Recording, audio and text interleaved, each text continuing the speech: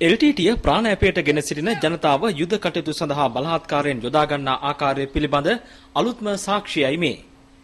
T50 ගිනි අවියක් රැගෙන ඉදිරියෙන් ගමන් කරන එල්ටීටී සමාජිකයා මේ සාමාන්‍ය වැසියන් රැගෙන යන්නේ ඔවුන්ගේ ආරක්ෂක පස්බැම්ම හා බංකර සකස් කිරීමටයි.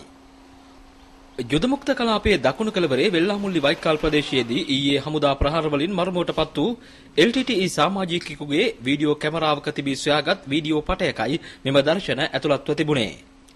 මේ වන විට ඉතුරුව ඇත්තේ එල්ටීටී සමාජිකයන් ඉතා අතලොස්සක් පමණයි.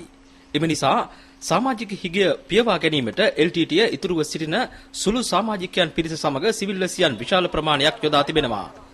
ගිනිඅවිති සටන් වැදීමට සිවිල් වැසියන් බලහත්කාරයෙන් යොදවන අතරම යුදාගල් කැපීම, පස්බැමි සැකසීම, පතුරුම් සැකසීම, තුවාලකරුවන්ට ප්‍රතිකාර කිරීම ආදී කටයුතු සඳහාද යොදා ගැනෙන්නේ සිවිල් වැසියන්.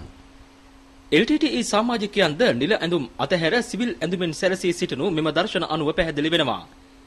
මෙහි අරමුණ වී ඇත්තේ හමුදා ප්‍රහාර වලින් මිය යන එල්ටීටීයේ මෙම පිරිස් නිරායුධ සාමාන්‍ය වැසියන් ලෙස ජාත්‍යන්තර මාධ්‍ය වෙත නිකුත් කිරීමට බව 58 වන ශ්‍රී ලංකාධිපති බ්‍රිගේඩියර් ශවේන්ද්‍ර සිල්වා මහතා පෙන්වා දෙනවා.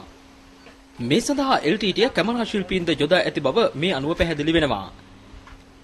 එල්ටීටීය ඊයේ හමුදාවට ප්‍රහාර එල්ල කිරීම සඳහා රැගෙන ආ මෙම සන්නද්ධ රථයද ආරක්ෂක වැලිබැම්ම ආසන්නයේදී යුද හමුදාවේ 58 වන සේනාංකය විසින් අත්පත් කරගෙන තිබෙනවා.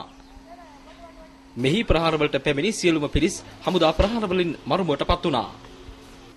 වෙඩිනවදින ඝන යකඩ තහඩු වලින් යුක්ත මෙම සන්නද්ධ රථය තුල පැටල් ගන් ලෙස හඳුන්වන දිගුදුර ක්ෂේත්‍ර ප්‍රහාරක අවි දෙකක් සවිකොට එල්ටීටීය ප්‍රහාර එල්ල කළා.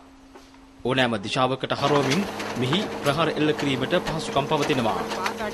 පුදුමාතරන් ප්‍රදේශයේදීද එල්ටීටීයේ මෙවැනිම සන්නද්ධ රථයක් යුද හමුදාව විනාශ කරනු ලැබුවා.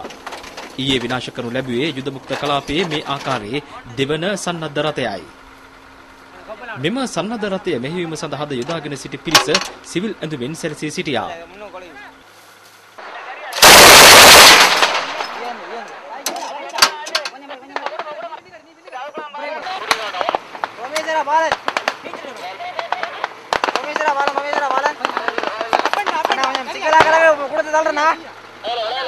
Nah, ini namanya sikila kadang-kadang yang bal dalrat.